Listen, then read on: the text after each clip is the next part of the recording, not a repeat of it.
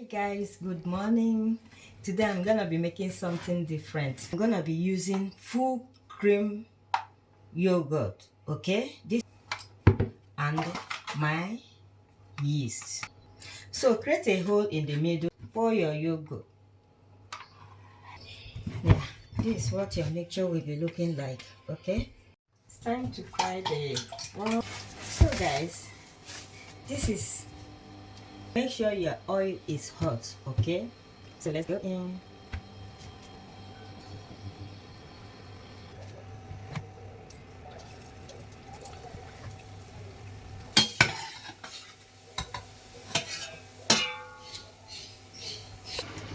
So guys, this is the outcome of my puff puff. Hope you like it. Okay, let's break one and see.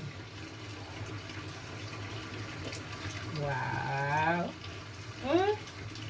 So yummy. Bye.